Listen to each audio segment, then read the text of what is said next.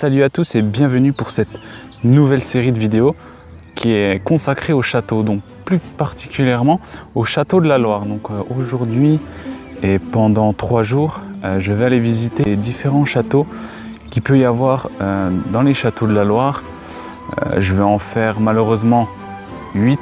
Les châteaux de la Loire, on sait tous qu'il y en a beaucoup. Ce sera presque les principaux. Je vais quand même vous montrer de belles images et essayer de vous parler des différents châteaux qu'il peut y avoir dans les châteaux de la Loire. Donc là je suis dans le domaine de Sélac, c'est un petit camping avec un gros château comme vous pouvez le voir derrière moi et quelques petits mobil-homes en forme de petites maisons. Je vais vous faire une petite visite en vidéo du domaine et on se rejoint juste devant le château de Chambord. Allez, c'est parti!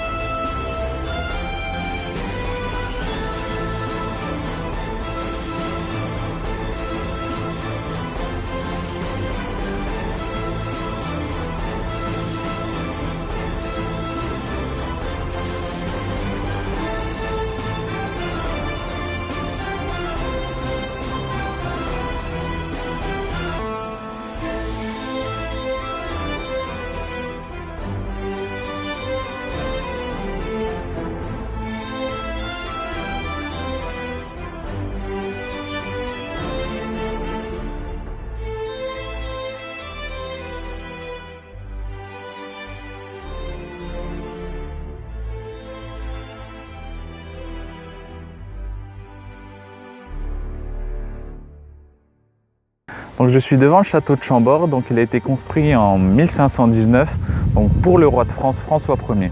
Malheureusement pour lui, il n'a pas pu voir la fin de la construction du château car elle s'est finie en 1686, donc 167 ans plus tard.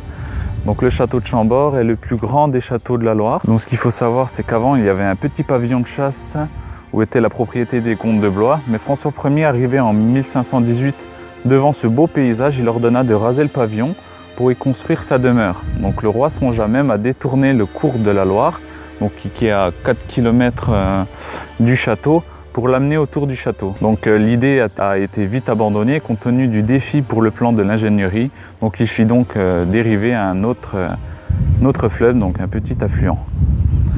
Donc le château fut habité par Henri II, donc le fils de François Ier, puis par Gaston d'Orléans, le fils d'Henri IV, et par Louis XIV qui termina la construction du château en 1686. Alors donc le château il a la particularité de posséder le fameux escalier à double vis. Donc c'est Léonard de Vinci qui a travaillé à Chambord en tant qu'architecte. Donc il a conçu l'escalier de telle sorte à ce que les personnes qui descendent ne peuvent pas voir celles qui montent. Donc on va aller voir ça.